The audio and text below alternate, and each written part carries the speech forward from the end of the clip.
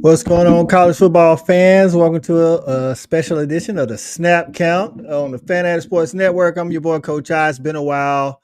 I know if you rock with the Fanatic, man, y'all see we've been doing basketball, but we here. It's that time. Spring about to end. Portal about to end. We here to talk SEC football as it pertains to the SEC players getting drafted, transfer portal, and we're going to talk about some QB rankings as well. And I got a panel full of all-stars here. We got my guy, Stat Guy. What's going on, Stat? So what's going on tonight, Coach? Hey, man, how you feeling? How you feeling? It's draft night. Usually a big night for the SEC. Draft night, ready to see where Nicky gets drafted. Should be for sure in the first round. I'm hoping he slides into the top 10, though. And then, hey, man, spring ball's over with. Let's get the summer here, and it's almost fall, baby. Right. Next to him, we got our guy, Jay Lou. What's going on, Jonathan? Oh, man, not much. Getting back into the roll of things, Bama Standard over on there, trying to put out content. It seems like every other day, man. Staying busy, but I appreciate the invite. Appreciate the panel. Love all you guys, man. Showing love. That's what's up, man. That's what's up. Hey, we got our guy, Shawty Parker. Just my damn opinion. What's going on, Shawty? Gentlemen, what's happening? Hey, man, it's time to talk some football, Shawty. Draft night, man, where people get them big checks. Yeah, we're trying to get two of them dogs up in the first round. You know what I'm talking about? Hey, that's all we need, man. We're going to talk to some SEC guys trying to go first round. Hey, man, shout out to Will Campbell being the first SEC player drafted, number 4 to the Patriots. What's your thoughts on Will Campbell, Johnson? Me personally, I think I don't know if I would consider him the top prospect on the line in the draft. As far as potential, as far as in my opinion, cleanliness, ready to go now, ready to be a starter day one. I think he's that guy. I think that's why they drafted him. I think he has the potential to be a Pro Bowler. The dude's a monster. I think he's around 6'6", right? Heavy, light-footed guy. Love him. Obviously, there's a reason why he's a top 5 pick. It seems like he was a Patriot made to be all the way. He was projected to go there, it seems like, for the past 4 months. Right. They talked a little bit about his arms. Some of the people was kind of worried about. I guess he has a shorter arm length. But like he said, like one of the other guys said, hey man, he played in the SEC all 4 years with those short arms, and they didn't have any problems. So, and the SEC had a lot of draft picks. So I think he'd be all right. Yeah. Now, whether he pans out as a left tackle or a right tackle is the question. Exactly. And guess what? If his arms are that short, just move him to a guard. Facts, man. We got some people checking in, man. I'll get to you, Stat. Jay Walker, what's going on? Say Roll Tide. Say Jeff Pittsburgh's going to get it wrong per usual.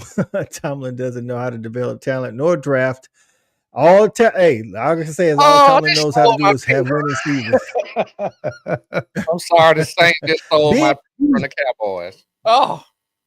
Oh, that's how it be. Who they picked? The wide receiver from Terry in the middle. Yeah, that's what I wanted the Cowboys to get.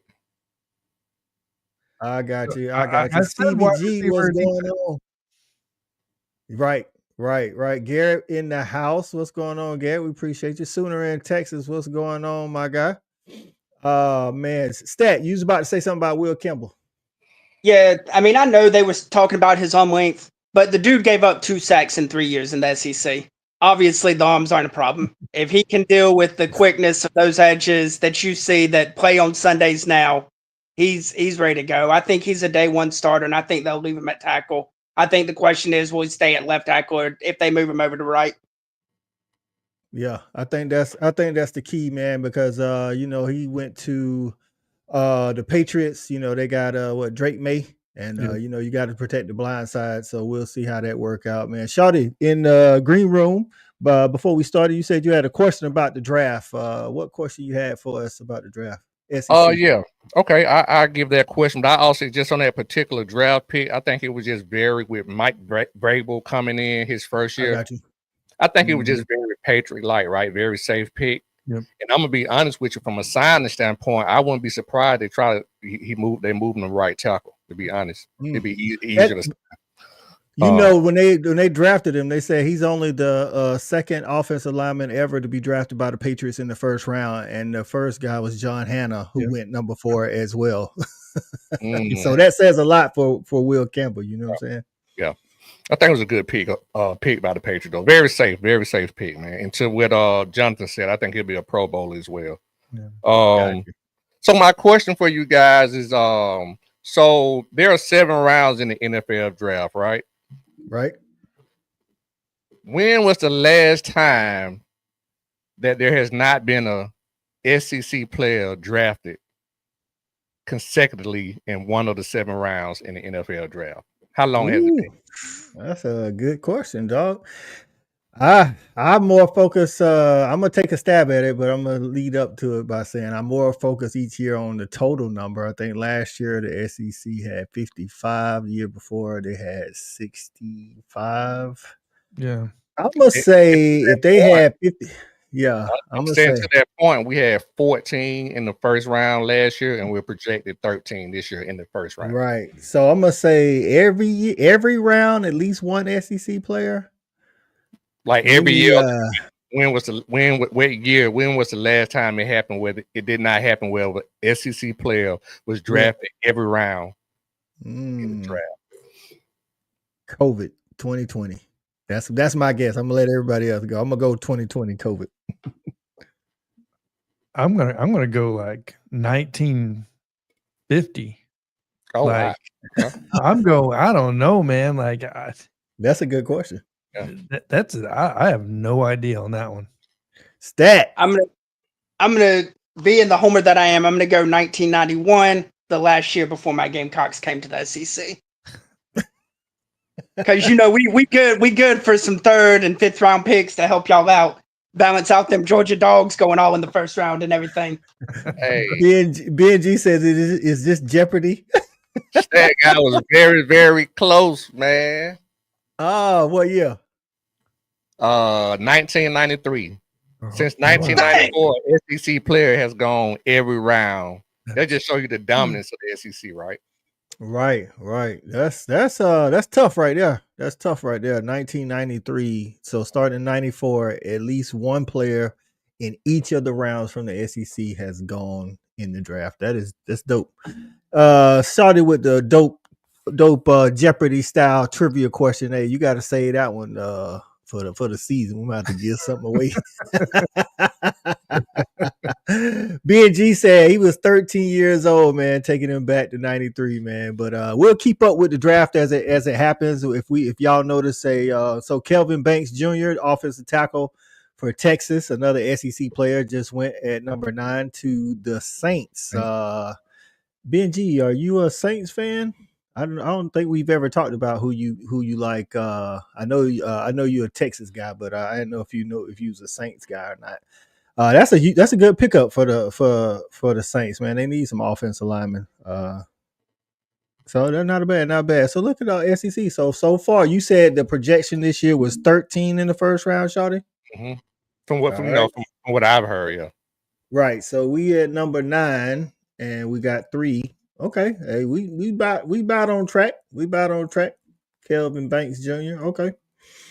All right. So, man, with that said, man, like I said, we'll keep up with the draft, man. We're gonna jump in here and talk about the transfer portal and some SEC quarterback rankings. Shawty, you regular on the show. Which one would you like to talk about first? The transfer portal or SEC quarterback rankings? Me personally, I'd probably like to do the quarterback rankings, then bring up the portal last, because that's one of the topics I want to be a little bit more. I want to have both my ears open on that a little bit more. Right, and it's a good thing we got Jonathan on, because Jonathan does do a deep dive on these transfer portal, man. So some of these guys that we may or may not know are going to be huge impacts, whether they left or they're coming into a team. He can give us more on that. I got some notes on that as well, but let us go ahead. This is how I broke down the quarterbacks. So we got some returning starters. We got Garrett. This is how I rank the returning starters. I got Garrett Nussmeier, number 1 from LSU. Lenore Sellers at South Carolina, number 2. Diego Pavia, Vandy, number 3. Taylor Green at Arkansas, 4. DJ Lagway at Florida, 5, and Marcel Reed at A&M 6. Wow. Now, this is just the returning starters. Now, Blake Shapen, I didn't put in here because he started the first 4 games and then he was out with a shoulder injury the rest of the season. So I got him in the next category. This is not my overall rankings. This is just the guys who are returning starters. This is how I would rank that. Jonathan, your thoughts on the guys who are returning starters and the order? Would you move somebody up or down? What would you say? Look at Benji said Pavia should be number 1. I personally, so I'm going through my list. I rank them just total. So I'll go through returning starters here. I actually have Lenoris Sellers at number 1. Okay. I have Nussmeier at 2. I have Lagway at 3, Pavia at 4, and Taylon Green at 5. And then this is strictly based off of what I think, basically what Hugh Freeze can do with him. I have Jackson Arnold at 6, just based off the potential and the scheme fit. Okay, and I guess technically Jackson Arnold is a returning starter, but he's starter. So I did 3 categories: returning starter, guys who saw action, and then okay. So then Marcel Reed would be my next one. I got you. So if you went to a new team, which Jackson Arnold did, Zach Calzada, they would be, with the 3rd ranking. Shawty, your thoughts on the returning starter rankings? So looking at your returning starting rankings, first I want to say, now that we've been talking, I kind of took all 3 of the criteria that you guys have just previously mentioned into my total list. I didn't know we were doing it. Right. We're going to do total at the end. Yeah, we're going to do total at the end. Just looking at that particular list, I mean, I have no quarrels with it. Yeah. Right. I like Stevie G said, did the rankings happen post Nico? I made my rankings today, to be honest with you. But yes, these are post Nico rankings. I guess just to tell you, if I had Nico here, Nico would be behind Lenoris, maybe. Yeah, I put Nico behind Lenoris. Or Pavia. I don't know. Like Nico and Pavia, I know Nico has the physical traits, but I mean, I went my returning starters, and a lot of this is based on what I saw them do. You know what I'm saying? Like I know some of these guys projected to be good. It was 5 stars, 4 stars, whatever. I like to see the production. Diego Pavia threw for 20 touchdowns and 4 interceptions, had 800 yards rushing, and his percentage was just as good as just about everybody on all of the lists except for like 2 or 3 people. So if we're talking Nico was 19 touchdowns, 11 interceptions. I mean, when you talk about the production, Pavia was better. What you saying that? I'm not a Tennessee hater, but when you look at what Pavia means to his team, what Taylon Green means to his team, DJ Lagway meant to Florida, all those are not going anywhere without those guys, in my opinion. Mm-hmm. Nico was handing the ball off to Dylan Sampson, and he still had a mediocre year. So I'm putting him at number 6. Facts. Stat guy, you got your guy in the list, so I saved you for last. But your thoughts on my returning starters top 6? Yeah, I mean, as much as I'd love to put Lenoris number 1, Garrett Nussmeier came into Willie B and went belt ass on us in the second half. So he was number 1 for me as well. The only change I would make to your list is I have DJ and Pavia flipped. I have Pavia at 5 and DJ at 3. Based off Pavia won some games that we haven't seen Vandy win in the past, and I think that was a credit to him and what he did last year. I just don't see him repeating that. I mean, he could throw 20 touchdowns and only turn it over 4 times again, but it was kind of a perfect storm. I think that was pretty much his ceiling as a college quarterback. I can see that. Like me and Shawty was talking the other day, this is a way too early quarterback ranking, so we don't know how it'll pan out. But if I base it off of production, what I've seen and what could be, like you said, it could have been a one-hit wonder type of thing for Pavia. But just throw some numbers out there. Like I say, on all 3 of these lists, Nussmeier's the only one that threw for 4,000 yards, by the way. And he did it at almost 65% completion. Lenoris added the running aspect to it. He's got his line has to get better, and if his line gets better, I think he would do a little bit better because he got sacked 33 times last. I think the only person on the list, on all of these lists, that got sacked more was Jackson Arnold. He got sacked 34 times. Pavia, though, like I say, 22, almost 2,300 yards, 20 touchdowns, 4 interceptions, 800 rushing yards. And he didn't turn the ball over. And to your point, Stat, he wasn't kind of a perfect storm. He was only like 60% completion rate, but he ain't going to put the ball in harm's way, which is always good for a quarterback. You know what I'm saying? And I would say he has that it factor where he helps will the team to win. He may not have the physical traits that the other quarterbacks do, but he's a leader of men, and we know that can take a team a long way. So I can't disagree with, like putting DJ a little bit higher. DJ, I think he has like one of the biggest upsides on the list. There you go. He got the highest ceiling. That way it makes it tough. You know, right. If I do that, if I look at this list, to me, he probably would be number one if I just went off potential in terms of highest ceiling. Right. So we could definitely do that. I got Brinsky tapping in. What's going on, Brinsky? We appreciate you getting in here. Let's see. Ben G says, Stat, will we see DJ finish the season at UF? Why not? Yeah, I don't see why he wouldn't. I mean, my whole thing last year was I thought they were gonna lose their head coach, and they did enough to not do that. I think it's his team now, and I don't see why you leave a place where you're starting. Especially not the NIL money will be there for him at Florida. And it's kind of, we've seen now, you a quarterback, it don't really matter where you're at. If you can play, you getting drafted. Right. They brought in a quarterback, but I think they brought in a quarterback just to be his backup, just in case. And Benji says he's asking because DJ's shoulder might not be all the way 100. So him staying healthy. And he said he don't see him staying healthy. That's why he has Pavia over DJ, but because DJ may get hurt and Pavia. And then Shawty brought up a point on another show. Like, some of these quarterbacks may do better than others depending on their schedule. DJ, out of all these quarterbacks, has the hardest schedule. We know that. Florida had the hardest schedule last year. It's the same schedule. You just flip locations. So they're probably going to have the hardest schedule this year.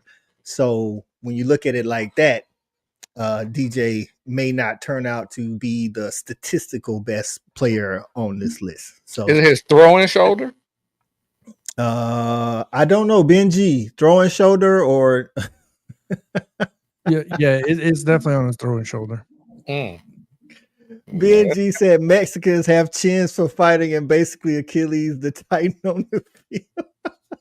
Benji is Mexican, by the way, before y'all jump on him before talking about Mexican. He calls me anti-Mexican. Oh, Stevie G says OU has a harder schedule than UF according to all the metrics. They're both tough. They're both tough. I can't argue with it right this moment. I'd have to pull them up, but we'll have to take the same schedule. They wasn't saying that last year. Now maybe it'd be based off the roster change. Roster change and who you play at home and who you play away always matters in those schedule strength rankings. So maybe that'll be the next show. Who hardest schedule rankings in the SEC. But let's move on to saw some game action. This is my list of saw some game action. Again, Blake Shapen actually started for Mississippi State, but he only played 4 games and then got hurt and was out the rest of the season. I got Arch Manning number 1, Blake Shapen number 2, Gunnar Stockton 3, Austin Simmons from Ole Miss 4, Ty Simpson 5, and Jake Merklinger as he's the Tennessee guy as number 6, as saw some action and didn't change teams. That's why Jackson Arnold isn't on this list, because he changed teams. So what do you think about this one, Shawty? I'm not as high on Arch Manning. Got you. So would you drop him? But according to against the guys on the saw game action list, would you drop him? I would, and I'm gonna put Gunnar Stockton at 1. I'm being a little bit of a homer, but I'm gonna put him at 1 just because I think he played in the little action that he had was in more meaningful games. I got you. You now, Arch did start 2 games because Ewers was hurt or something like that. Yeah, it wasn't no. They could have started me too. And we would have won. You know what I'm saying? So that's what I'm saying. I just think the games that he played in had a lot more significance. And I'm just not that high on Arch, but for this particular list, that'd be the only thing I probably would change. I would put Arch at 2, Gunnar at 1, and Blake at 3. All right, Jonathan, what about you? Looking at the list, I'll be honest with you, I'm not so high on Blake Shapen. To me, he didn't prove a lot, in my opinion, at Baylor. There's a reason why he transferred over to Mississippi State, and then before you know it, Kamario Taylor is there, and he's going to be on his tail the entire season. Who I think is a super talented freshman, who has the potential to start by the end of the season if Blake Shapen does not pan out to what a lot of people expected him to be at while he was at Baylor. So I would probably move him down to 4, bump up Austin Simmons. I think I would put Arch Manning 1, Gunner at 2, Austin at 3, and Blake Shapen at 4, Ty at 5, and 6 would be Jake Merklinger. Right. I'll say this to your point. If Austin Simmons had more film, he may be number 1 for me. Now, if I simply went by how he looked against Georgia, then he probably in the top 3 of everybody. You know what I'm saying? Regardless of how I break the list down, he just didn't have as much, like Shawty said, like a lot of reps like that. Yeah. You know what I'm saying? Blake Shapen, if he performs how he did it. Now, granted, I don't know who Mississippi State played in the first 4 games. It could have been, Northwestern down the street or something like that. I don't know. But he did throw for more yards than Arch, and Arch played in double the games he played. So that's and he had, less interception than most of the guys on this. So now, again, he had a shoulder injury that sat him for a whole season. Yeah. So, like you said, with the guy coming in behind him that might be on his butt. We don't know. So, Stat Guy, how you like the Saw game action list? Yeah, so I know you kind of basing it off a lot of what you saw last year. Man, I'm basing this on potential. Give me Austin Simmons at number 1. And throw the rest of the list in the trash. Like, that dude is a bona fide star. Ain't gonna be no Gunner Stockton disrespect on this channel. Listen, I'll disrespect whoever I want. Thank you very much. I got Austin Simmons at 1. I got Arch at 2. I actually have Shapen at 3. And y'all gonna hate me for this, but I got Ty Simpson at 4 and Gunner at 5. Georgia's going to win, but I don't think they need a quarterback to win. Y'all have proven y'all are going to run the ball. Y'all are going to play defense. I really don't think the quarterback is as big of a worry to where that even has to be. So Gunner's 5 on this list for me as far as Saw game action last year. Got it. Shout out to Benji for the $10 super chat. He says Arch is winning the Heisman. Listen, I ain't gonna discount that because it's a Sark offensive system. I'm not gonna say he's the front runner, but we know it's a quarterback award pretty much. And he's gonna have the opportunity to do so. Let's just say that. So I'm not gonna say he isn't. I wouldn't put him as the favorite, but I ain't gonna say he ain't gonna win it. Stat, you think Arch got a shot to win it? Shout out to Michael Williams, Georgia Edge went number 12 to the Dallas Cowboys. Shout his Dallas Cowboys. No, they were the 49ers, I thought. I take it. And stat guy, Dallas Cowboys. I take it. So I wanted a receiver, but I take it. Right. You feel like Arch got a shot, at the Heisman?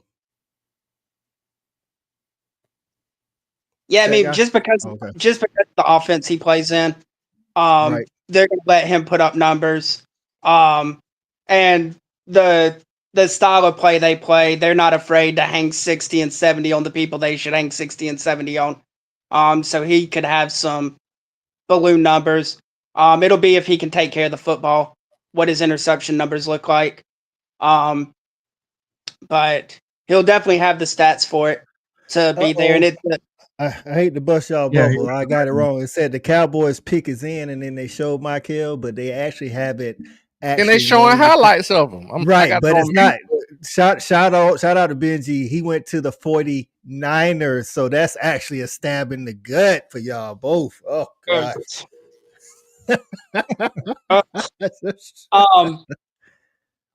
But no, it's become a media award, and he'll definitely have the media backing him.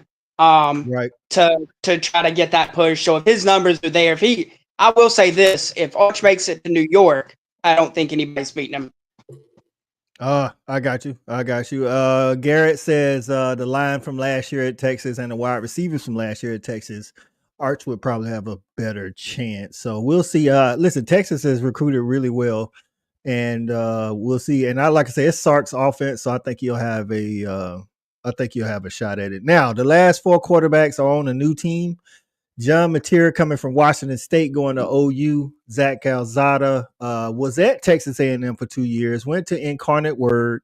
Now he's at Kentucky, if I'm not mistaken. Jackson Arnold from OU to Auburn, and Bo Prubula, Penn State to don't give me the line. Who he went to? Missouri. Missouri. Yes, Missouri. So, John Mateer, statistically, it's not even a question, but can he do it in the SEC? You know what I'm saying? He did it with a Washington State schedule. Can he do it in the SEC? Zach Calzada didn't quite pan out at Texas A&M, but he rode the lightning last year at Incarnate Word, but I don't know what that means. And now he's going to Kentucky, who don't really have any wide receivers, so I don't know about that. Jackson Arnold has some upside, but it can't seem to. Hey, Jared Jones. Who is that running down the way that they just drafted? Cowboys just took Alabama's guard, Tyler Booker. Booker. Gotcha. Reach. He said that's I'm a Bama fan. Reach. Okay. Man, hey, what is Jared Jones? He got to go, man. I ain't gonna say this. No, I'm away. I can't do this. All right, Jonathan, what you think about the new team quarterbacks? John Mateer, Zach Calzada, Jackson Arnold, and Bo from Penn State. The only thing I would do is I'd flip Jackson Arnold and Zach Calzada. I think it's John Mateer by a mile. Pribula, I'll be honest with you, I haven't had a chance to look at very much from what I've read. You know what I mean? I don't know what to really expect in that system with Missouri. Everybody by now should know, if you've ever watched my content, I'm a Missouri hater, and I probably always will be because of those years of picking them, and they just completely crapped all over me. So, yeah, Missouri, good luck. You're always going to be in a down year to me. Right. Stat guy, new team quarterbacks. You like the order? Yeah, I'm fine with it.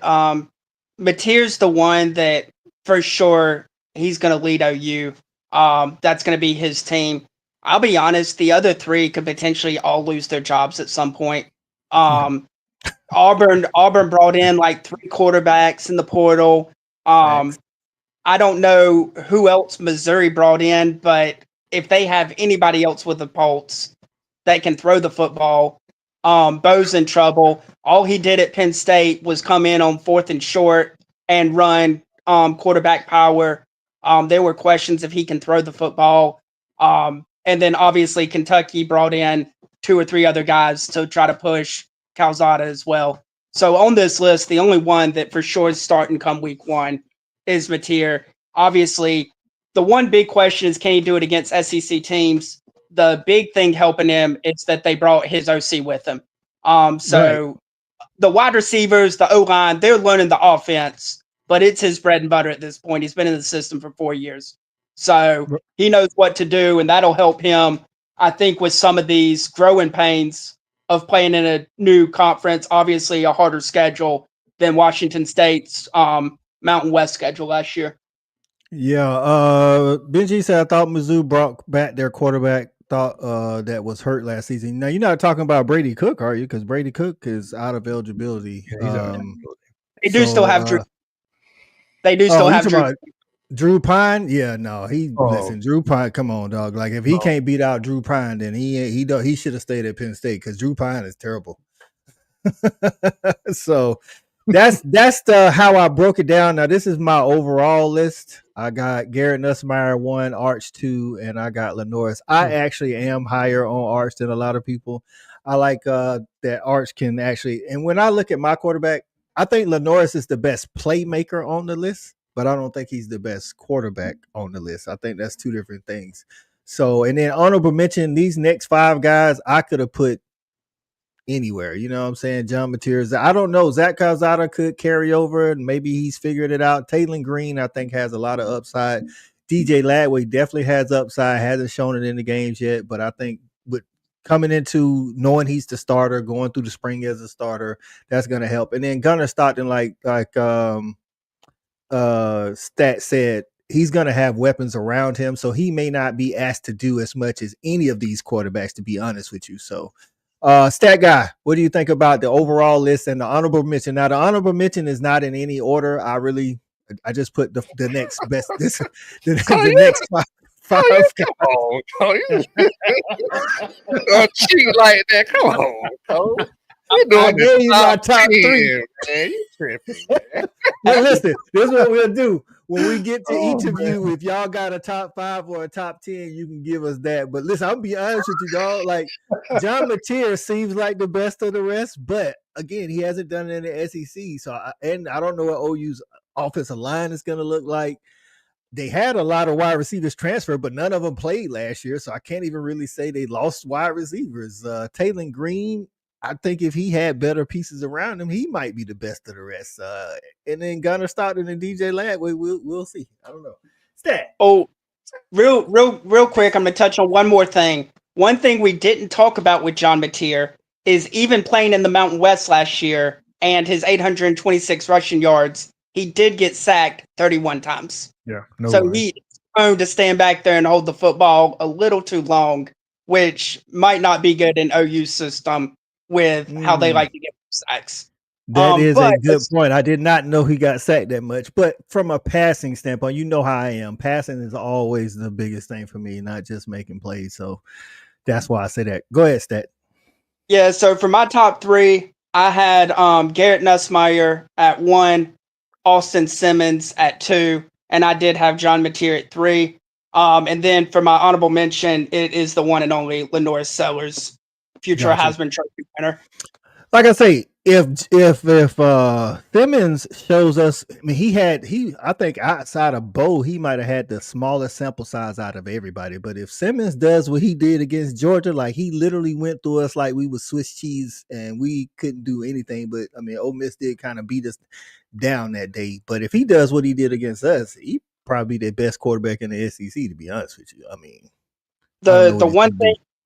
the one thing I like about him is he plays in a Lane Kiffin system, and they're gonna have weapons. Like they're gonna do the offense thing. So as long as he doesn't just super turnover happy and try to force passes where they shouldn't go, and just take what the defense gives him, he is gonna be putting up some big time numbers. Future getting in says Hookem. You know what's going on. What's going on? Future appreciate you getting in. Stevie G says Nuss, Sellers, then Mateer.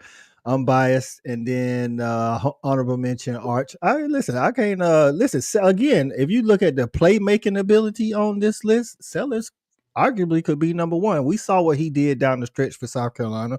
Now the defense did help him out, give him a good field position, but he took advantage of that field position when he got it. So, Jonathan, you can give us your top 5, top 3 with honorable mention, or top 10, however you want to do it. All right. So I'm going to start this off by saying I'm combining what I've seen on film with the potential that I'm looking at, right? So try not to beat me down too much, but I'm putting John Mateer at number 1.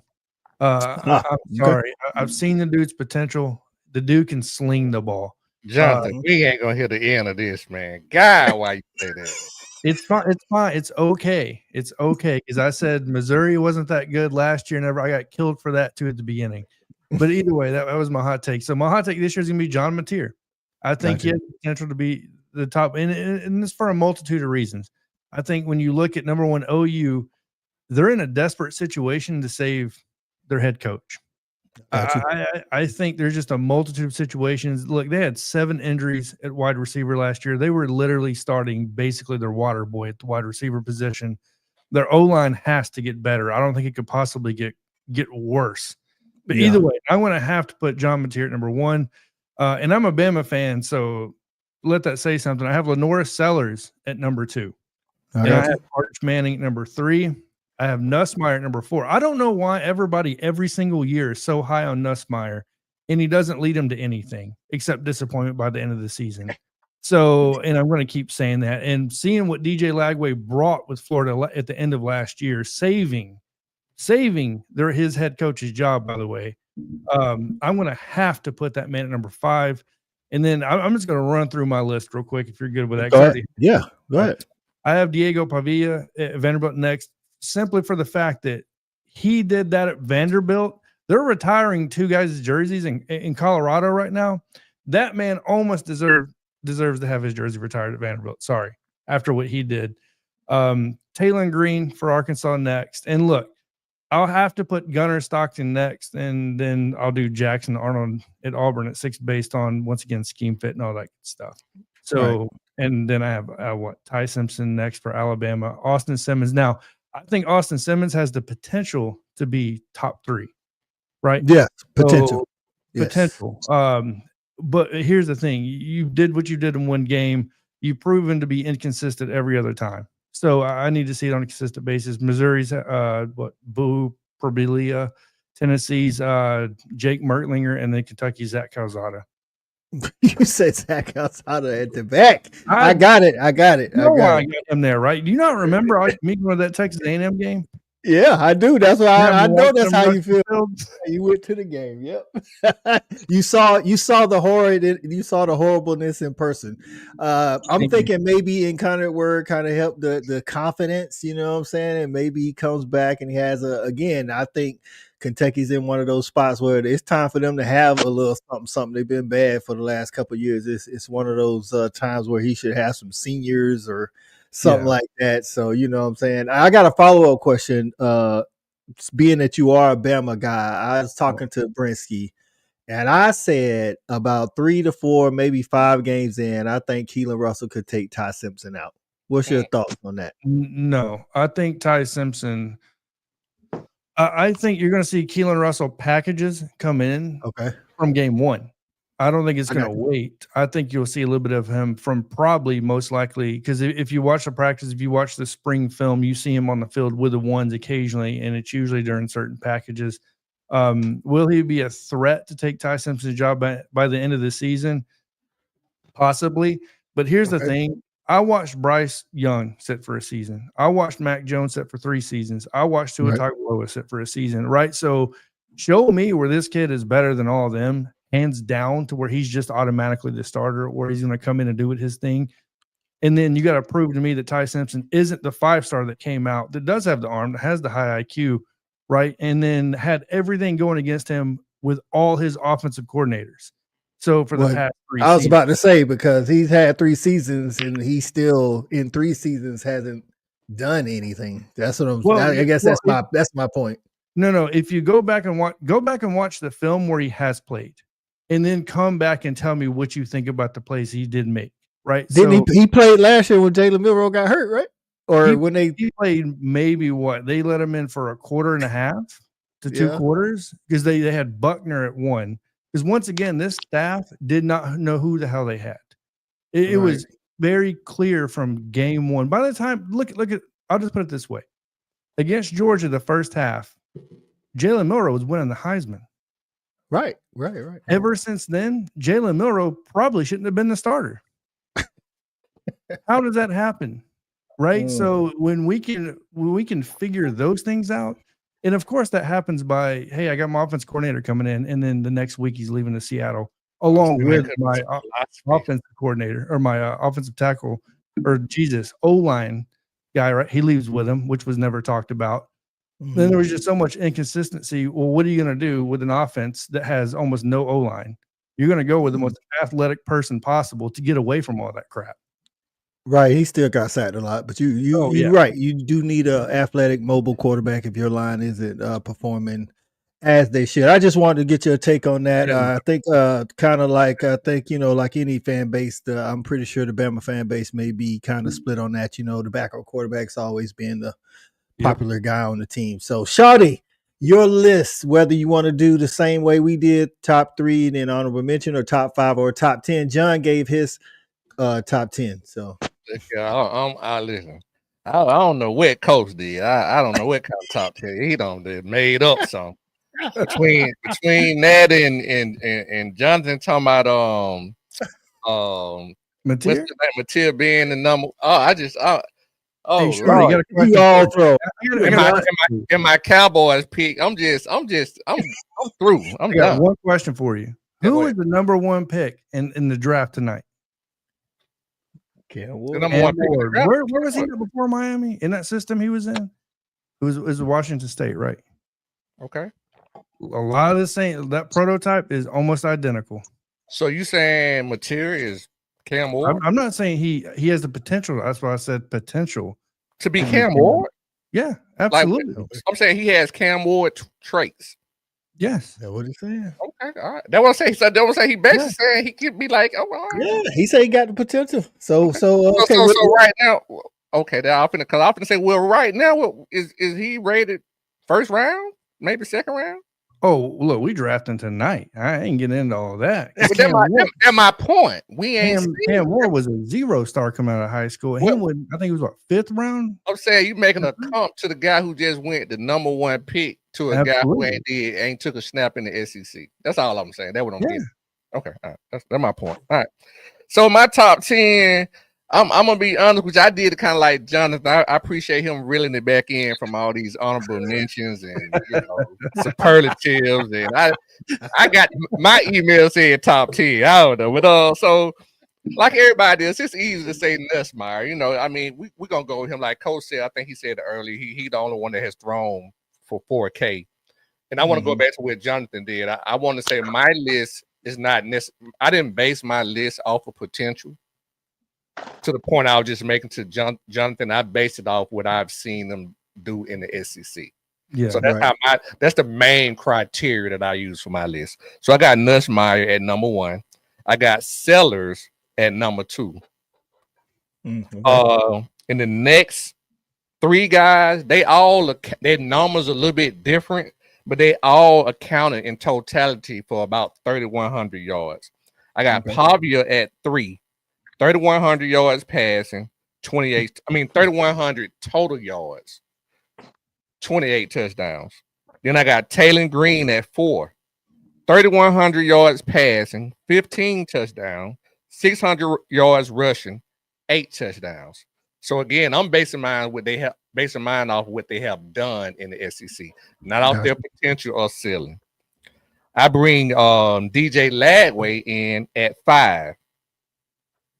1,900 yards, 12 touchdowns. I didn't add in his rushing. I forgot to add his in. Then number 6, I brought in Reed from Texas A&M.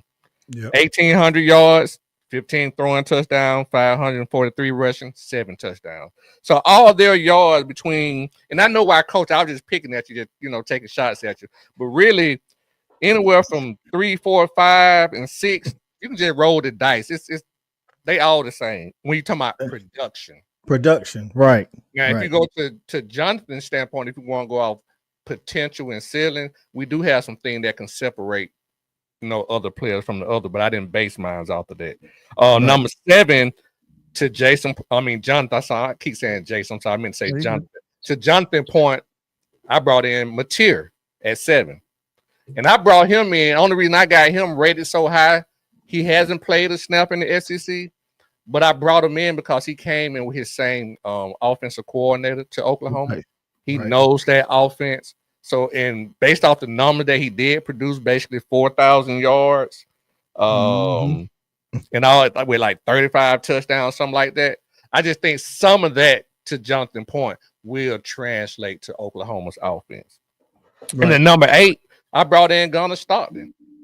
Just based off the short resume that I have and what I've seen him play in big time games, that's why I got him at number 8. And to you guys' point, he's going to have a lot around him that's going to help him. You know what I'm saying? So I think being 8 right now, seeing what I have seen from him compared to some of the other guys, I think 8 is a great spot for Stockton. And after that, I got Manning. Then I don't want to go into nothing else other than the schedule and all the athletes he got around him. I'm not saying he don't have the potential, but I just don't see what a lot of guys are seeing. So I got Manning at 9. And believe it or not, I got Jackson Arnold bringing up the 10 spot because I have seen him play in the SEC. This is a change of pace, not change of pace, but this is a change of scenery for him. And sometimes that means a lot to a player. But to y'all guys' point earlier, I have been hearing he may not hold on to that starting job, but he's bringing up my 10th spot. Well, to that, they like Stat said earlier, they did bring in 3 quarterbacks. One was Daniels from Stanford, who can actually spin the ball. Whoever they end up with at Auburn is going to be better than the guy they had. Right. Deuce Knight, you better watch out. So that's, and I was about to say they got Deuce Knight, 5-star from high school, the high school recruiting. But Hugh Freeze is going to have himself a passer this year, as opposed to the last 2 years where he hadn't had a guy that actually could throw a forward pass like a SEC quarterback. So we'll see if Jackson can hold on to it. I think Jackson got some potential, but he's got to get it together because, like you say, you got them guys nipping at your heels. Stat, what you think about Shawty List? It's solid. I do have a question for all of y'all, though. Obviously, when I sent you the quarterbacks of starters, it was before some news broke.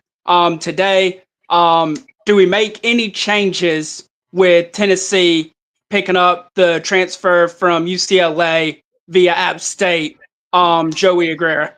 No.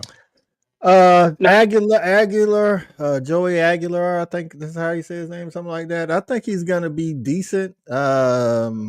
I can't say he's gonna be better than Nico passing the ball, because he's thrown a lot of interceptions over the last 2 years. Now, granted, he was at App State. I don't know, but he was with his level of people at the time. So he's thrown like 24 interceptions over the last 2 years. So I wouldn't put him in the top 10, to be honest with you. Regardless. Gotcha. I just didn't know if anybody else. I don't even know if he's going to win the job or if it will be Jake Merklinger, but I didn't know if anybody felt he was going to just win it and would rank him higher than where we had Jake Merklinger. No, I don't think it changes any for me. I don't know, Jonathan. What about you? No, absolutely not. It's Jake Merklinger, in my opinion, by a mile. I think Aguilar is there for just you need depth. Maybe. You know what I mean? So. Got it. Jalen Walker, another SEC, and a Georgia dog, goes to Atlanta, according to Ben G. Look at we trying to reach that 13 number for you, Shawty, in the first round. The SEC. Hey, listen, we pressure the Atlanta franchise to draft a Georgia player. That's what's crazy. We had to pressure them as a fan base. And I'm not a I'm not a Falcon fan, but it had been so much pressure on from the fan base from the Falcons. It's like, why Falcons don't draft Georgia players? Right. So now let's talk about the transfer portal. Jonathan, I'm gonna let you start this off, man. Like, who would you say are the big gets for any team that you've been keeping up with? Like, who's the splash guy? Like, Nico is a splash guy leaving as far as the story and everything, but who's a splash guy coming into the SEC? It just depends on what you need in your team. I don't think there's anybody where it's just going to completely change their season, not this season, other than Nico leaving Tennessee. Right. I think that completely changed the outlook of their season. Now they're looking at the future, right? So Jake Mertlinger, they have a lot of depth, in my opinion, at quarterback as far as talent goes. I know they brought in Aguilar, in my opinion, but you need that 4th or 5th quarterback, right? At this point, you're up to what, 105 on scholarship or something like that. Yeah. But as far as coming in and just being this splash guy, like Nico possibly coming in, and I'm not so high on Nico like a lot of people are. Never was. Yeah. So, but if you ask me, there are certain teams that made, in my opinion, massive improvements. Georgia is one of those. When you go Zachariah Branch, when I saw he committed to Georgia, I was like, if Gunnar Stockton is not having a party and drinking right now, there is something wrong. Because this man, in my opinion, has the potential to be, I would say, a Jalen Waddle comp, right? He's super quick, wiggle. Yes. I mean, everything is there for Georgia. You know, Gunnar doesn't have to be pinpoint accurate with that guy. His catch radius is great, right? He's not the tallest guy in the world, but he's got a great vertical. You know, he high points the ball, all that good stuff. Moving over to Alabama, I'm going to have to say, and I know a lot of people will disagree with me on this, it's going to be Isaiah Horton, 6'4" wide receiver. Miami. That was with Miami, who was coming on very strong at the end of last season, finally getting into that system with Cam Ward. I think he's going to be Ty Simpson's best friend when it comes to the red zone. right? The guy can damn near line up at the tight end position at this point and half the time leak out as a tight end. And if you watch, Grubb, these cats, Jamarcus Shepard, how they use the tight end, it's usually leaking out down the seams while a running back is on a wheel route or something like that, and they're left behind and they're wide open. So I definitely expect a lot out of that. But let me bring up my notes because I did have a couple here. Definitely Zachariah Branch. Definitely Noah Thomas, in my opinion, A&M cat coming up. Thank you. Like literally nobody's talking about thunder, man. He's stealing my thunder. But shout out to Jonathan because I've watched several shows over the past couple of weeks, and they talk about, if Georgia comes up, they talk about, what Georgia has brought in, and they, of course, everybody goes to Zachariah Branch, but nobody ever talks about Noah Thomas. I'm like, the dude is 6'6". He was Texas A&M's leading receiver last year. And he's agile. Like, that's what's crazy about it. His point is to Jonathan's point where he just made about that same guy that got from Miami, that body type, 6'4", blah, blah, blah. So I don't think he's going to be your 110 catch, 1,500 yard guy. No. I think he's going to be your 50 catch, 700, but 11 touchdowns, right? Thanks. So he could be that dude for Gunnar Stockton. To where you're not having to rely on obviously the run game with Branson Robinson leaving, and a couple other that left. But to get on here, Ole Miss, I can't remember the guy's name. Traylon Ray over from West Virginia, wide receiver, same thing, 6'1", 195. I'm personally really high on him when it came through. Delano Townsend, another guy from UAB, 6'4", interior lineman. I think they need interior linemen. Obviously, if you're an Ole Miss fan, you know that. Yes. Mm-hmm. And I hate to say this, and I always forget his name too. The guy that's coming over, there we go, Texas, Murad Watson. I'm going to list these guys off. Hero Canoe, Travis Shaw, and Cole Brevard. They lost almost their entire defensive line, and they went out and got basically all the best available in the transfer portal. If there's that Travis Shaw, I wanted him out of high school and he chose North Carolina over Georgia, and then I wanted him when he hit the portal and he chose Texas. So I like that one. I think Travis Shaw was a huge pickup for Texas. Man, like Texas, if there's one thing they're good at, they're at loading on that defensive line. It's just like year in and year out. I think they're kind of overlooked for that. But those are the big ones right now. Tennessee, you know what I mean? Like they obviously got Joey Aguilar. Right, Sam Pendleton from Notre Dame, interior lineman. I think they're going to need that. That's just mainly depth, in my opinion, even though a lot of people are wanting to see him play fairly early on. And that's pretty much, honestly, those are the big names, in my opinion, that you're really going to be paying attention to. Obviously, there's going to be other ones going to be leaking out because, in my opinion, tomorrow is going to be a big day for the transfer portal. Why? Because I think the first week to a week and a half, it was nothing more than a bidding war. Now we're about to see who won the bids tomorrow. So I think that's when you're going to start seeing the people start commit and decommit and recommit really quick tomorrow. I know Alabama's been very quiet, but outside of Noah Thomas for Georgia, for you guys, how do you feel about the transfer portal this year? I'm about to say, Shawty, if you got some, I got some notes on several teams, and I'll start with Georgia, but I'll let Shawty get his info in there or question whichever. Yeah, I don't have much, and I actually can. My question can actually wait till after you give your info, but I think because I only think it's like 6 of the top 100 transfer portal players left in the portal that haven't signed. My question was going to be to Jonathan. If you want to answer and wait till later, Coach, you can do that too. Okay. But it was like so far. If you want to combine the winter portal, and I guess you want to combine the portal that just has happened to up until this point, where we know right now. What would be your top 3, 4, transfer portal teams right now? Like who did the best? So I don't know if Coach want to, do his information and answer, let you. I don't know how you want to do it. Oh yeah. So think about that, Jonathan. I'll give some info on some of the teams. I'll start with the Dogs. Of course, we lost a lot to the draft. The people we lost in the portal. The biggest one I would personally say is the edge, Damon Wilson. Damon Wilson started a lot of games for us. We were looking for him to take the next step, but apparently he wanted to be more of a pass rush specialist and not just not pass rush and having to cover the flats, which, all the Jacks have to do in our system. But I think I would rather have him here. Does he make or break the defense? No, but I would definitely rather have him in Athens. Now, we did replace him with Elo Modozi from Army, but he isn't the same twitch as a Damon Wilson. Now, what he is better at than Damon Wilson is run stopping. That dude will set the edge. You know what I'm saying? So I don't think he's gonna have like no high sack numbers or nothing like that. But when it comes to setting the edge, which Georgia didn't have the standard at stopping the run last year on short yardage, I think that just mean he'll be a 1 and 2 down player. You know what I'm saying? We'll probably swap Jack out with something else. Right. Chris Cole, I think, coming back is going to be our Jalen Walker this year, the Swiss Army knife that can rush the passer and things of that nature. And we still got Gabe Harris, who's the same body type, same type of player as Damon Wilson. Damon Wilson just had more reps. Of course, everybody knows Carson Beck left.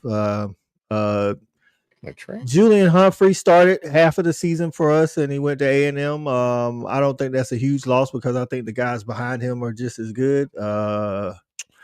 Depth piece, I thought Nitro Tuggle was going to have more impact this year. I ain't going to say he was going to start, but he's definitely going to be in the top 6 wide receiver rotation. Of course, his speeding ticket got him indefinitely suspended, and from that indefinite suspension, I guess he chose to hit the portal again, and he's at Purdue now. We lost some athletes that hadn't really panned out at linebacker, but they were still young, in Samuel Mpemba and Troy Bowles. Both of those guys were top 10 linebackers in their class, 5 stars. I hope they pan out, but they wasn't going to see the field much this year because the guys that came in had already, surpassed them as of last year. So now portal pickups, you mentioned Zachariah Branson, Noah Thomas. Josh McCray fills a spot that we don't have. Josh McCray is that short down back. We got Nate Frazier, but Nate Frazier is more like the Lightning, and Josh McCray can come in and be kind of what a healthy Kendall Milton was for us. You know what I'm saying? Always falling forward, averaging 4 to 5 yards a carry, short yardage back. We didn't have the short yardage back last year. While Trevor Etienne did all he could, but it was more so make you miss in the small phone booth and try to get the yards. Josh McCray can just run through tackles. So I think he is a huge pickup. Well, he won't be the starter, but he's a huge pickup. And of course, we had a need for safety because we lost Starks and Dan Jackson. We brought in Zion Branch from SC, who, according to USCJ, said if the dude can stay healthy, his health has been his issue. He said, but when he is healthy, that dude is a baller. Again, he doesn't know if he's going to stay healthy because the 2 or 3 years he was at SC, he was riddled with injury. And then we brought in Adrian Maddox, the safety from UAB. I think Georgia is definitely, and I know Jonathan's going to answer the question too, but to your question, Shawty, if we say a top 3, if we ranking them top 3 portal gets, I think Georgia's in the top 3 portal gets for the SEC, just based off of need. You know what I'm saying? So Florida, I thought had some good pickups. Casey Concepcion, the wide receiver from NC State. They definitely. Yes. When he hit the portal, I definitely was like, please take a visit to Athens. They end up getting him. And then I'm sorry, that's not Florida. My bad. That's Texas A&M. Texas A&M got Casey Concepcion. Okay. So, but that's who I'm talking about. So they lost Noah Thomas, but they got Casey Concepcion. They didn't replace the body type, but they definitely replaced the production and the potential, I would say. Now, they got some of those young guys from Georgia, the Samuel Mpemba linebacker. They got Amari Niblack from Texas.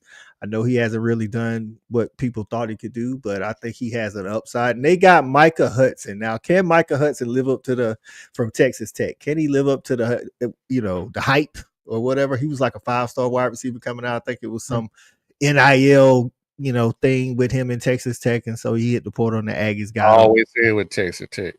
And right. For Florida, they didn't lose a lot as far as like production, but they lost some good players, and this goes along with Bama. They lost a D lineman, Kelby Collin. I think he has some some upside, depending on what he can do in that Bama system. And then they lost Marcus Burke to UCF. Wasn't going to be a starter, but maybe a depth piece. But they did pick up wide receiver J. Michael Sturdivant from UCLA. I think that was their best pickup. I think he's a solid wide receiver, and he'll contend for a starting spot. The quarterback that I mentioned earlier, I know DJ Lagway is the starter, but Harrison Bailey from Louisville is who they got out of the portal. So I think Florida actually didn't lose a lot to the draft on offense. They lost more on defense to people that's possibly draft eligible, and Shamar James, linebacker, Jason Marshall, the DB, and Cam Jackson, the defensive tackle. But I don't think they had to hit the portal hard. Y'all already touched on Texas's pickups. Jonathan listed them, and those 4 defensive linemen might have been the best haul at one position for anybody, to be honest with you. They replaced everybody with guys with similar ability or better ability, to be honest with you. So shout out to Texas for doing that. Bama, she said. Yeah. So Bama bounced. Michael Hudson bounced from Aggieland. Say he went back to Tech. See, this dude. So listen, man, this be the kind of stuff that keep you from reaching your full potential. When you be playing the game, you here, you there, you there. Hey man, pick a spot and play some ball. You know what I'm saying? Like that's what you got to do. For Bama, like John said, Isaiah Horton, I think that's huge get from Miami. I think, like I say, Kelby Collins can come in and be a depth piece for that defensive line. We know in the SEC, that's kind of the thing this year. Like SEC ain't as deep as we used to be because everybody's just rolling out, going to other spots. You know what I'm saying? Because you got this unlimited transfers. I'm gonna tell you somebody I think is gonna help Alabama, and I watched him last year. Nykel Hill-Green from Colorado. Yeah, the dude was an absolute baller at college. Like I want to say, he led them in tackles or something. I actually was shocked when he hit the portal, but hey, you can't. I'm not shocked that he went to Alabama. I'm just shocked that he left a spot where he was starting, and he was pretty much the man on defense. So I think he's actually going to come in and help a lot for Bama. Now South Carolina. They lost Rocket Sanders, who finally got back to the Rocket we saw when he was healthy at Arkansas. That is a huge loss for Lenore Sellers. They replaced him. They replaced him with Rasul. Is that how I say his name? Rasul Faison from Utah State. He had 1,100 yards. I just don't think he doesn't have that body type that Rocket has. So I'm interested to see if he can have that same production, because while Lenore is a great playmaker, you still got to have that running back there to help you out. So that's going to be key to watch. Tennessee lost a lot and they didn't pick up a lot. So they lost, Nico, Squirrel White, Tyler Barron to Miami, Gerald Mincy, a possible starter on the O-line. You got Cooper Mays was their stalwart on the line. He's going to be in the draft. They lost a lot of offensive linemen, and they didn't really replace them, with a lot of people. So, I said, Cole, look at the top. We just did a top 10 list. This SEC, honestly, we always like to, be I guess, geniuses. We know it all. But listen, we did a top 10 list. It's this thing wide open. It is. It's so much. This is so uncertain this year. Like I don't know what to really say. Well, see, I'm gonna be honest with you. We talked about the quarterbacks and how we see them, going into the preseason. But if you think about going into 2024, we had a lot of big name, high profile, or expected to be good. You came into the year with Quinn Ewers, Carson Beck, Jalen Milroe, Garrett Nussmeier, at the time, Jackson Arnold, Nico. Like now you come in and we don't know who's gonna be who's the guy. You know what I'm saying? Like who's the guy? We don't know. So I'm not saying the quarterback play is gonna end up being worse, but going into the season, it definitely ain't where the expectations was going into 2024. The last team I'll say is OU. OU did bring in John Mateer. I think, of course, that's definitely a position of need for them. They brought in Marvin Jones Jr. from Florida State. He has the body type, but he hasn't been the 5-star he was built out to be. Maybe it changes when he's, in Norman, Oklahoma now. But I mean, at Georgia for 2 years, he was just kind of a guy. You play on these 4 kids now. You like 26, 27. Right. At Florida State, he was just kind of a guy. You know what I'm saying? So we'll see. Now, I think they're another good pickup. They got that running back from Cal. He rushed in. Now, last year, he only rushed from 385, but he was hurt. Yeah. the year before he rushed for 1,300 yards at Cal. Now it was Cal, but still, I'm just saying, like, I think they definitely need some running game in Oklahoma. You know what I'm saying? So I think that was a big pickup for them. So and again, Stone back. Stone left and came back. that was huge.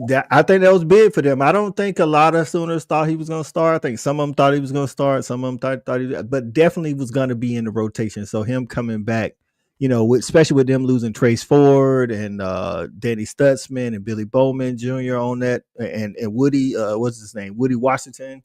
They lost some pieces on that defense. So, but it is Brent Venables. He's known to retool a defense. So can I ask?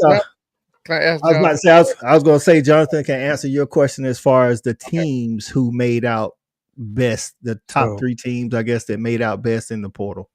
So this is tough for me, but I'm going to have to say it's going to have to be Ole Miss 1.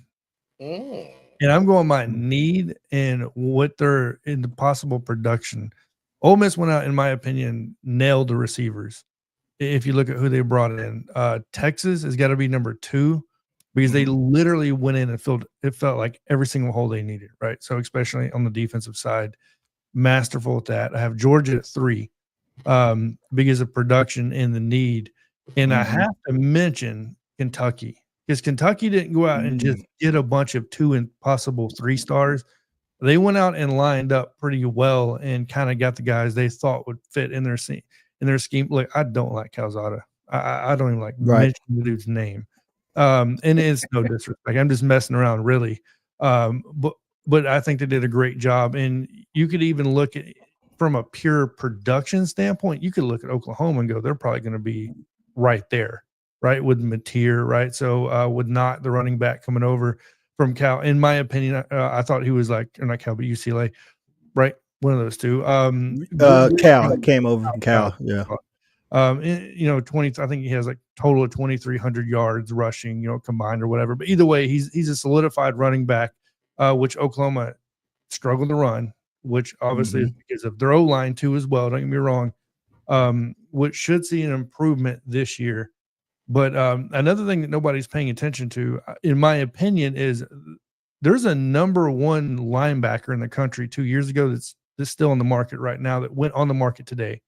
And Justin Flo. So people might want to start paying attention. I don't want him nowhere near Athens. I don't want him nowhere. Yeah, no. I know. And I'm the same way. He won't end up in the SEC.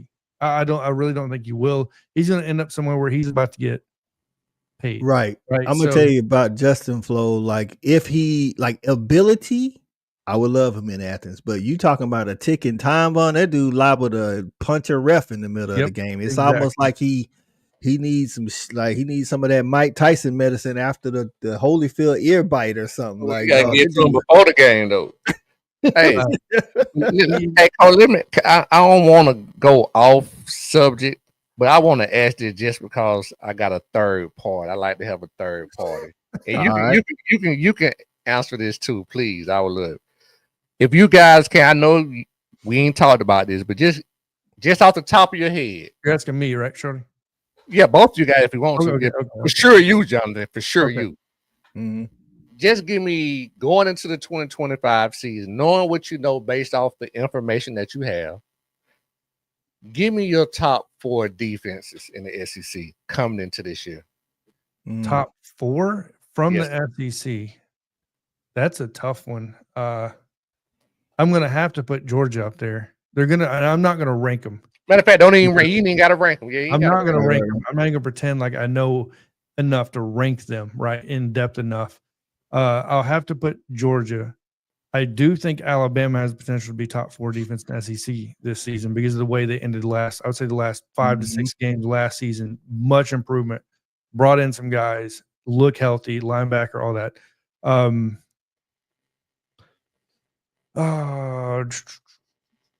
Outside of them, man, I'm running through the list. Let me look at the teams. Let me run through the list. I'm gonna give my 4 no order while he look at the teams. No order.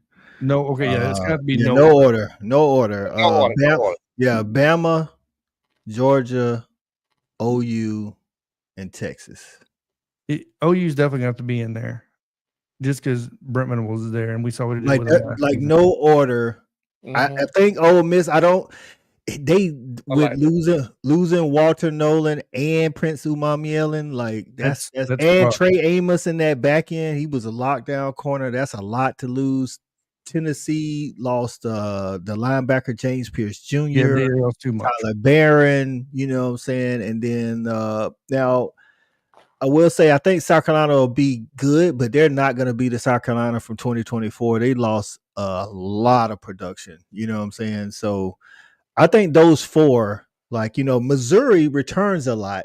Now I'll see if they can put it all together, but they return a lot. No Ole Miss. I know they lost Walter Nolan, but no Ole Miss. You just got drafted. No, that's what I'm saying. Walter Nolan, Trey Amos, and Prince Umamielen. So you lost the two guys that put the pressure on the quarterback, and you lost the one guy that could lock down half of the field. You know what I'm saying? Yeah. So I think they'll be good, but I don't think they're going to, because last year they finished, Texas and Ole Miss finished, depending on what category you look, they finished as the top two defenses in the league. And when you lose a Walter Nolan, Prince Umamielen, and Trey Amos, I ain't saying you can't replace them, but they haven't been as hard in the portal. They like Jonathan said, they feel some needs, but they, like, you know, last year, like, Lane was in the portal. Like this year, Florida. And Coach, I like your list, to be honest. Like that's about where I'm at with it. I'm about this. Florida lost their best. So this is how I look at it. Okay, how'd you finish? And then what you lose and what you add. So finishing the year, I only look at total yards, which is total defense, and I look at scoring defense. And if you look at those two, Florida didn't finish better than 7th in the SEC last year. They lost their best corner to me. I think Marshall was their best corner.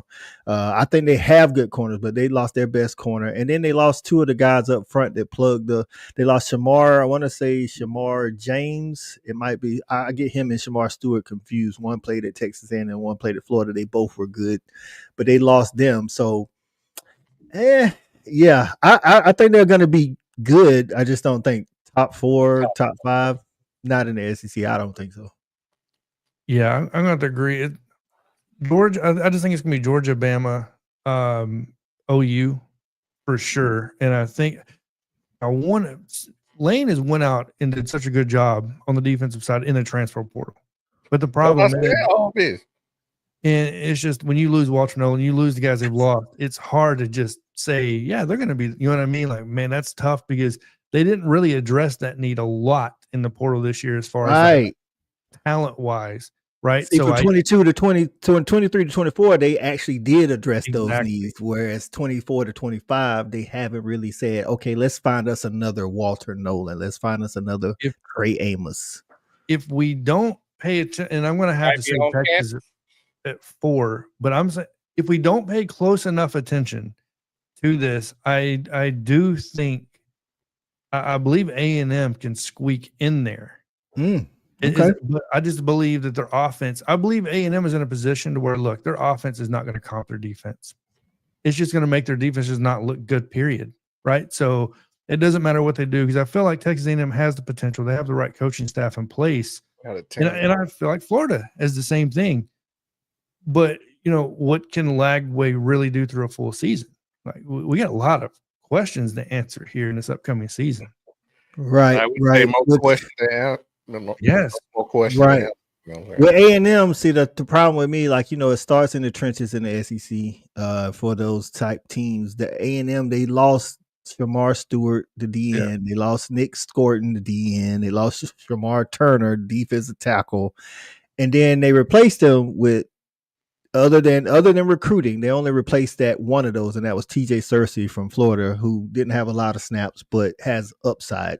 Now, they did go out and get Julian Humphrey. Now, when Julian Humphrey's not on TikTok and the IG, he's like, the dude just can't stay focused, you know what I'm saying? But when he focuses in, he has potential. I'm not going to act like he don't have potential. He did start for us half the season. You know, so I think he has potential. And Samuel Mpemba was one of those 5-star linebackers we got 2 years ago, who was top 5 linebacker in his class, body type. He just hasn't been able to learn the defense. Now, I will say, and you know, Jonathan Kirby's defense is maybe a little bit more complex, and he, you know, may not be able to pay that. You know what I'm saying? So now he's going to Texas A&M. It might be a little simpler, like Shawty said, new environment, and he may put all those gifts together and be really good for them. But I just don't feel like they replaced the production that they needed to be top 4. Again, when you're talking top 5 to 7, maybe, but top 4, yeah, it's just for me, it's just got to be the Bama, Georgia, OU, Texas. Yeah, I just think Texas A&M, once it's one of those teams to where it seems like every year we're sitting there saying potential. Can you put it together? Can you piece it? Can you hold it together? Right. So, and it seems like that's quite a few teams. Missouri seems to be one of those. It's just Texas 8-4. Right, not Texas A&M, but Texas 8-4. Yeah, no. That's pretty much their history. but with quarterback plays, like who knows? You know what I'm saying? It's well, a lot of things are gonna play into that quarterback play. The teams that you play, the schedule, where you play them. Whereas you may have a good defense, but you may face at the end of the year, you may look back and say, "Well, we faced 3 of the 4 best offenses in the conference." You know what I'm saying? And Texas got the lighter end of the schedule of anybody on here. Right, that's what I'm saying. So with you, and I like the D lineman. Like I say, like John said, the D lineman Texas picked up. I like them. Then they returned who I thought should have won the Butkus Award last year, and Anthony Hill Jr. That's just my personal opinion. He was, top 3 category. Whatever stat you want to look at for linebacker, he was like top 3 in all of them. I thought he should have won the Butkus Award. They did lose Makuba from that back end, but I mean, I think he's really good. Like, he's one of my favorite safeties in the SEC. But Texas has recruited at an elite level these last couple of years, so I think they can replace some of these guys. So, yeah, it's gonna be hard for me to not pick those big 4. Being the defense, top 4 defense in the SEC. Don't look now, but the Division II just approved 32-team playoff. What? Division II just because they was originally what, 16? 16. Okay. They were pushing, I believe, for another number, and it says okay, never mind. So they pushed 28 is what they were at. Now they're at 32. So they're looking to try to get 50% of the field in every single year, and it says they're making a push to increase these numbers into Division I. So guess what they're trying to do? Drive revenue. Yeah. Yep, that's what they're trying to do. That's for Division II, Benji, not Division I. Right, just Division II, Benji, not Power 4, and group of 5, group of 6, or something. I don't even know how many group of whatever it is nowadays, man. But I did want to ask you this. So Bama didn't lose a whole bunch, but they lost some key people. They lost Jahad Campbell and they lost Malachi Moore. You know what I'm saying? So do you have a guy? I don't know. I haven't kept up with him. Do you have a guy like Malachi Moore? To me, like that's a lot of starts. You know what I'm saying? That's a lot of starts, a lot of experience.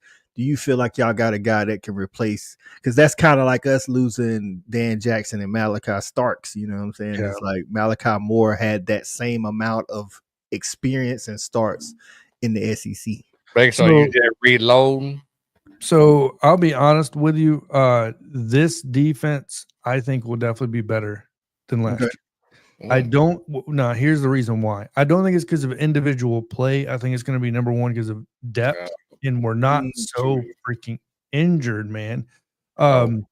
Malachi Moore, I loved him since he started as a freshman as a cornerback, by the way, to Alabama, and Branch was our nickel, is the way it was played. And we saw when you put Branch in the right position what he can do in Detroit, right? Flourished in the NFL.